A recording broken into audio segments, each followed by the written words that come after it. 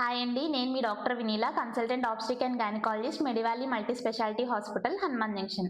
8, 9 నెలల్లో growth scan చేస్తాము. Scan రిపోర్ట్‌లో బొడ్డు తాడు మెడకు చుట్టుకుందని చెప్పేసి స్కాన్ రిపోర్ట్ చూసి చాలామంది కంగారు పడుతూ ఉంటారు. అది కంగారు పడాల్సిన అవసరం ఏం లేదండి.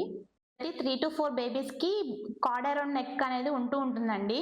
అలా బొడ్డు తాడు మెడకి ఎవరెవరికి ఎక్కువ చుట్టుకుంటుంది అంటే ఉమ్ము నీరు ఎక్కువ ఉన్నప్పుడు, ప్లస్ ఏందంటే బొడ్డు తాడు లెంత్ ఎక్కువ ఉన్నప్పుడు కూడా మెడకు చుట్టుకునే అవకాశం ఉంటుంది.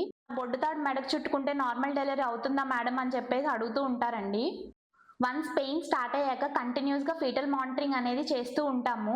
ఒకవేళ అంతా బావుంటే నార్మల్ డెలివరీ అయ్యే అవకాశం ఉంటుంది. ఒకవేళ ఏమన్నా బేబీ డిస్ట్రెస్‌లోకి పోతుంది అంటే హార్ట్ రేట్ ఏమైనా తక్కువ అవుతుంది, బేబీ ఊపిరి తీసుకోవడం ఏమన్నా ఇబ్బంది అవుతుందంటే ఇమ్మీడియేట్‌గా యాక్షన్ తీసుకోవాల్సి ఉంటుంది.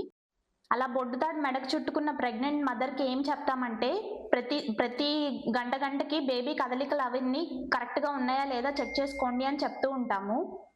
బేబీ కదలికలంతా బావుంటే ఓకే అండి. కదలికలు ఏమన్నా కొంచెం తగ్గినా వెంటనే హాస్పిటల్‌కి వచ్చేసి మీ గైనకాలజిస్ట్‌ని సంప్రదించండి.